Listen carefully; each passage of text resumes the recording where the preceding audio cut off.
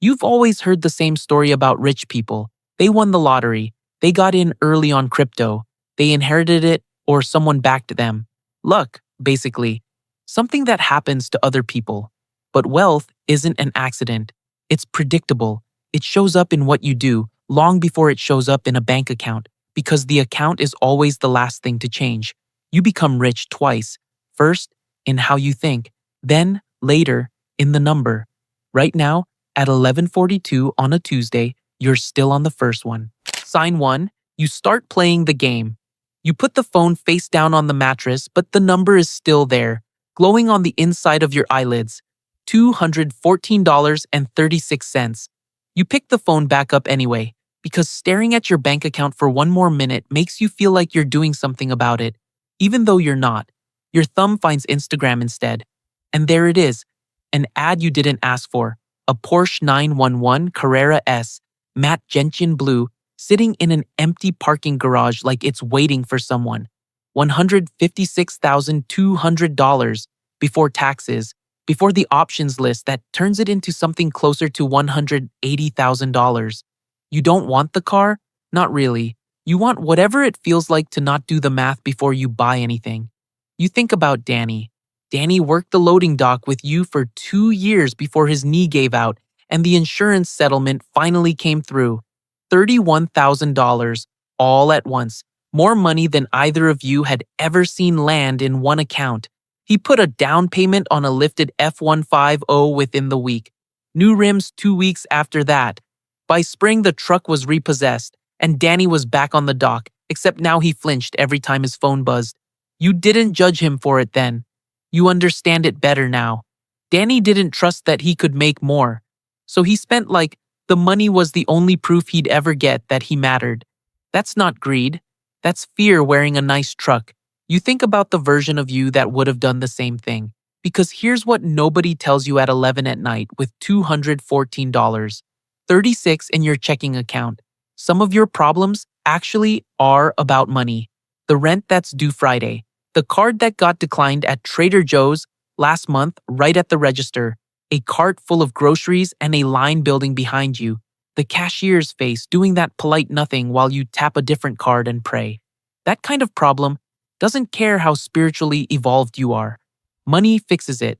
Full stop. But somewhere underneath the rent and the groceries is a second kind of problem. Whether you like your life, whether you feel free, whether you're proud of the person your reflection keeps catching you being. Money doesn't touch that one directly. It just buys you the room to go find out. You've been treating your whole life like something that happens to you. A show you didn't choose to be in, working a job you fell into, watching your balance the way you'd watch weather. Something to react to, never something to move. But somewhere between the ceiling and that $214.36, a different idea starts to take shape. Not that money will fix everything, just that it's not random. It's not luck or magic or people who were simply born knowing something you weren't. It has rules, and rules can be learned. You think about that card declining at Trader Joe's again, except this time, you don't flinch away from the memory. You let yourself actually look at it, not as proof that you're bad with money, but as information, a data point, something a person who was paying attention would actually use. For the first time in longer than you'd like to admit, you don't put the phone back down. You open the calculator app instead and you start doing the kind of math you've been avoiding for months. It's not the math that changes anything tonight. It's that you're finally the one doing it. Sign 2. You move before you're ready. The next morning, you're back at your desk by 8:15, coffee going cold next to your keyboard, and the calculator app from last night is still open in your recent apps like a small, stubborn reminder. You don't close it. You just let it sit there while you answer emails. At lunch, Grant from receiving sits down across from you with his usual turkey sandwich and starts talking about the app idea again. The one where dog walkers in your city can split routes and split pay. He's had the name picked out for over a year, Pack Route, and he still hasn't opened a single tab to register the domain. You used to nod along and change the subject. Today, you actually ask him why not. I don't know, he says. I guess I want to have it more figured out first. You used to say the exact same thing about 100 different versions of your own life. The certification you meant to get. the side gig you meant to start. All of it sitting in your notes app under a folder literally titled Ideas, untouched for so long that some of the entries have timestamps from 2 winters ago. Here's the part that used to make you feel worse, and now, for some reason, makes you feel lighter. An idea sitting in your head is worth exactly nothing. Not because it's a bad idea, because it never left the only place where nothing can be tested or broken or built. Grant's app is worth $0 right now, and it'll stay at zero for as long as it stays a text file. The same is true for whatever's sitting in your folder. That afternoon, on your second coffee, you finally open the tab you closed 3 separate times last week. A $40 online course on freelance bookkeeping, something you could actually do on nights and weekends with the spreadsheet skills you already have from this job. $40 feels like a stupid amount to hesitate over, and you know that, and you hesitate anyway because $40 spent on yourself has always felt riskier than $40 spent on almost anything else. You buy it before you can talk yourself out of it again. It's such a small thing. Nobody claps. Nobody notices. Your bank balance barely moves. But something about hitting purchase on your own education feels different than hitting it on a pair of shoes. Because a pair of shoes depreciates the second you walk out the store, and this is the opposite bet. This is money you're putting on the version of you that follows through. You think about people who talk about returns like it's some abstract Wall Street word that has nothing to do with someone like you. But the clearest return you've ever gotten on anything wasn't from a stock. It was from the 11 months you spent learning to actually read a spreadsheet instead of just filling one in. The raise that came out of it. The confidence that came after the raise. Betting on yourself isn't a slogan. It's the only investment where you also happen to be the asset. Grant still hasn't bought the domain. You don't say anything else about it. You just finish your sandwich, go back to your desk, and open the first module.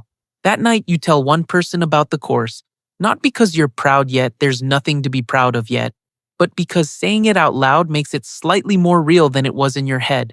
And that's when you start noticing exactly who in your life leans in when you say it and who changes the subject back to themselves. Sign 3. You audit your inner circle. 3 weeks into the course, you're sitting at a long table at Bella Vita, the Italian place downtown that does the twinkle lights on the patio, because Ashley just got engaged and everyone's here to celebrate. The ring catches the light every time she moves her hand, which is often, because she wants everyone to see it. You're happy for her. You are. But you notice something else happening at the table, underneath the toasts. Devin, sitting to your left, spends 20 minutes explaining why he's still driving his 2016 Civic with the check engine light taped over with electrical tape. Not because he can't afford better, but because banks are just casinos for rich people and the market's rigged anyway. So what's the point? He says it with a laugh. Like, it's a bit, but you've heard him say some version of this at every dinner for 2 years. Across from him, Nicole is talking about the duplex she just closed on, the one she found by driving through 3 different zip codes on weekends until she understood which blocks were about to turn. She isn't bragging.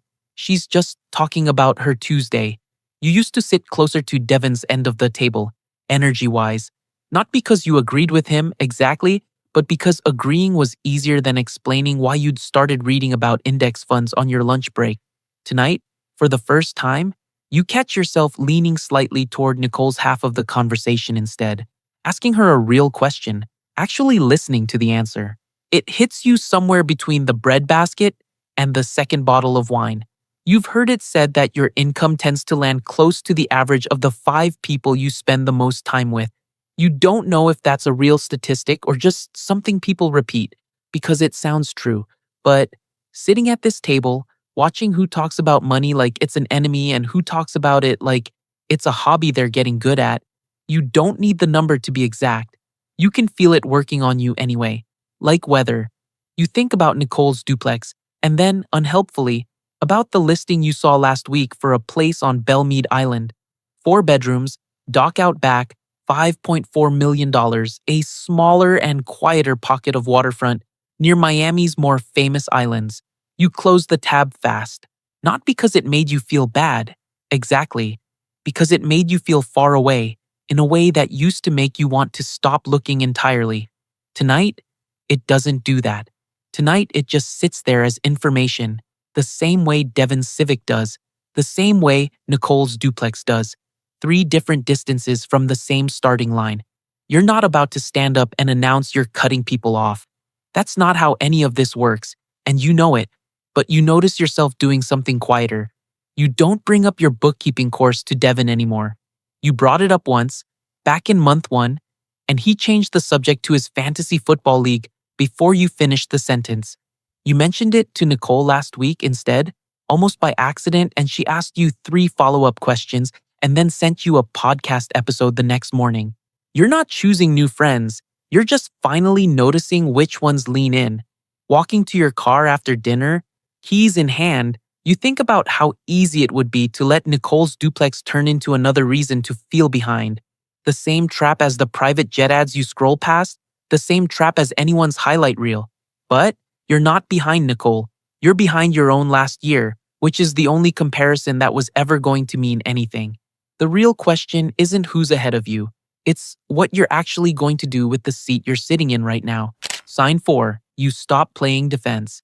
Saturday morning, you're standing in the cereal aisle at Publix with a stack of coupons in your hand, the little accordion folder you started keeping back in February. 10 cents off oat milk, 50 cents off a thing of frozen broccoli you don't even like. You've gotten disciplined about this, a whole system, color-coded by expiration date. And it feels responsible, adult, the kind of thing a person who's finally taking their money seriously should be doing. You do the math anyway, standing there under the fluorescent lights. Best case, this folder saves you maybe $30, $40 a month. You've been doing it for 4 months. That's less than one nice dinner out, spread across a season of clipping and sorting and remembering to bring the folder in the first place. You think about Ben Castellano, the landscaping guy who runs a 2-truck operation out on the east side and hired you 2 weeks ago through the bookkeeping course's little freelancer board. Your first real client, $40 an hour to clean up a QuickBooks file that hadn't been touched since March. When Ben paid your first invoice, it landed in your account in one afternoon, and it was more than your coupon folder had saved you all year. That's the moment it actually lands. Standing there holding a coupon for broccoli, you can only cut so much. Rent doesn't go below a certain number. Gas doesn't go below a certain number. There's a floor, and you've basically been standing on it, straining to shave off dimes. But there's no ceiling on the other side. Ben's $40 an hour could become $50, could become a second client, a third. Nothing about your income has a floor pressing down on it the way your spending does. You put the coupon folder back in your bag, but you don't throw it away. Old habits get to stay a while, even after you've outgrown needing them so badly. That night you do something you've put off for 3 weeks. You open your bank's savings tool and finally search for a number you've been half avoiding because you were scared of exactly where you'd land, the median household net worth in this country. It comes back at $192,900 based on the last full survey. And it actually jumped 37% in real terms in just 3 years, the fastest move that numbers made since anyone started tracking it. You're not there, not close, not yet. But for the first time, seeing the number doesn't make you feel small. It makes you feel like something with an actual measurement, a target with a shape, instead of a fog you were guessing at. You think about the difference between what you own and what you owe, which is really all that number is. Not income, not the car in your driveway, not what your life looks like from the outside. Ben's invoice sitting in your account is an asset. The oat milk coupon was never going to be one, no matter how disciplined you got about clipping it. You text Ben back that night, say yes to the second job he'd mentioned, cleaning up the books for his brother-in-law's HVAC company too. It's more hours than you planned on taking, and you say yes anyway, because you're starting to understand that the version of you clipping coupons in the cereal aisle was optimizing the wrong side of the equation the entire time. You don't stop being careful with money. You just stop believing carefulness alone was ever going to be the thing that moved the number. The folder stays in your bag, forgotten, while the real math starts happening somewhere else entirely, in the small, boring choice of where the extra money goes once it actually starts showing up. Sign 5. You feed assets, not ego. Whitney from marketing catches you in the break room on a Tuesday, practically vibrating, holding her arm out at an angle that makes sure you can't miss it. A new bag, structured, buttery orange leather, gold hardware catching the fluorescent light just right. Birkin 30, she says, like the words themselves are the accomplishment. Togo leather. Retail's basically 15 grand now, but I got mine years ago. You say the right things. It's beautiful, you tell her, because it is, but you also do the math without meaning to. The way you do math on everything now. And you land on something uncomfortable. Whitney's been at the company 2 years longer than you, same base salary bracket, and you happen to know from an offhand comment last spring that she's still paying down the balance on 2 different cards. The bag is real. So is the interest compounding underneath it, somewhere around 21%, quietly, every single month, on money that already left the building. You don't say any of that out loud, you just go back to your desk and open the tab you've had bookmarked since Ben's second invoice cleared last week. It's the retirement page through work, the one you'd clicked past 100 times without reading. Turns out the most you're allowed to put into your 401k this year is $24,500. And if you also want to run a Roth IRA on the side, which the page explains like it's the most obvious thing in the world, though nobody ever explained it to you before now, you can add another $7,500 there. Numbers that big used to feel like they belonged to a different tax bracket of person entirely. Tonight they just feel like a ceiling you're nowhere near hitting, which somehow makes them less intimidating instead of more. You think about your grandfather's gym on Route 9, the one he ran for 30 years before he sold it, and the sign he used to keep by the free weights. Nobody starts on the heaviest bar. You remember him saying it to every terrified 15-year-old who walked in wanting to bench like the guys on TV. You didn't understand it then. You understand it now. Sitting here with a paycheck that finally has room in it. You don't open a brokerage account and dump in everything you have. You open it and you put in $50. Just 50. An index fund. The boring kind. The kind that just quietly tracks the market instead of trying to be clever about it. $50 won't buy Whitney's bag. It won't buy a fraction of it. But Whitney's bag will be worth less the day after she buys it, and it'll keep being worth less every day after that. The same way it works for cars and phones and everything else built to be looked at instead of held. Your $50, boring as it is the opposite kind of thing. It's built to grow while you're not watching it. You think about it like a seesaw, the 2 sides of your life balanced against each other. On one end, the things you buy that drain money the second you own them. A lease payment, a new phone, an orange bag with someone else's initials as the real logo. On the other end, the things that quietly pull money back in your direction while you sleep. You've spent your whole adult life loading up the wrong side without ever noticing there were 2 sides at all. You set up the automatic transfer before you can talk yourself out of it. $50 every other Friday, the same day Ben's invoices land. You don't tell Whitney about it. You don't tell anyone. There's no ring to catch the light, no bag to hold up in a break room, just a number, moving in the right direction, on a schedule now instead of by accident. Sign 6, you let persistence beat luck. It's a Thursday in November, almost a year to the week since that $214.36 night, and Ben Castellano texts you from his truck between jobs. His cousin runs a landscaping outfit 2 counties over, 12 employees, books that haven't seen a real bookkeeper since the guy who used to do it retired. Ben gave him your number without asking first. Hope that's okay, the text says. Told him you're the real deal. You sit with that for a second before you answer. The real deal. 11 months ago, you were a person with a folder of expired coupons and a course you almost didn't buy for $40. Now, someone's cousin, someone you've never met, is about to become your 4th client. People are going to look at this and call it luck. Ben happened to hire you. Ben happened to have a chatty cousin. You happen to be sitting in the right inbox at the right time. And maybe there's a piece of that in it somewhere. But you know something they don't because you were there for all 11 months, not just this one text. You know about the modules you finished at midnight because that was the only hour you had. You know about the dinner at Bella Vita where you almost didn't say anything about the course at all. You know the $50 that left your account every other Friday, on schedule, whether you felt motivated that week or not. An overnight success, somebody told you once, usually turns out to be about 7 years in disguise. You're not 7 years in, you're closer to one. But you finally understand the math of it in a way you didn't before. The version of you who never opened that $40 tab never gets this text from Ben. The version of you who quit the automatic transfer in month 3, the week your car needed new brakes and $50 felt like it mattered more somewhere else, never builds the thing that's showing up now.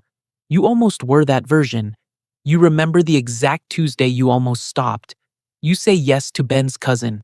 4 clients now, real income stacking on top of the job you still show up to every morning, and the retirement transfer that started at $50 a paycheck sits a little higher than that these days. Still automatic, still boring, still the least exciting number in your entire financial life, and somehow the one doing the most work. That weekend you're at the mall for something unrelated, and you walk past the Rolex counter out of habit more than intention.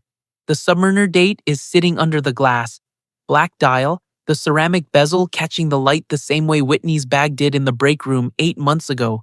Retails just under $11,000, though the guy behind the counter tells you, almost apologetically, that the waitlist runs over a year, and the ones actually available today go for closer to 16. You don't buy it, you're not there yet, and you know it without it stinging the way it used to.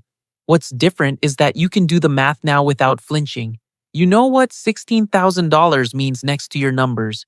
You know exactly how many automatic Friday transfers it represents, how many months of Ben's invoices, how far it is, and how it's not actually that far anymore.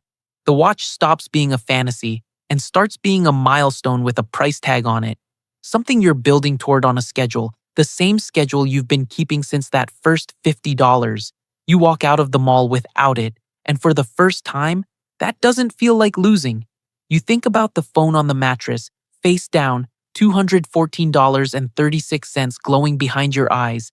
That person is still you. You didn't replace them. You just kept showing up for them on the nights you didn't feel like it until showing up stopped needing a feeling behind it at all. The number was never the point. You still check your phone at night. Old habit, maybe forever. But the checking feels different now, less like bracing, more like glancing at something you actually trust. $214.36 didn't disappear because you found a secret. It moved because you kept doing the boring thing on the boring schedule, long after it stopped feeling like progress. Tomorrow, there's still an invoice to chase, a transfer that leaves whether you feel ready or not, a version of you at some dinner table choosing which conversation to lean into. None of that gets easier just because you understand it now. It just gets yours, a rhythm instead of a rescue. Somewhere tonight, someone else is face down on a mattress, phone dimmed, doing math they think is only about money. It never was.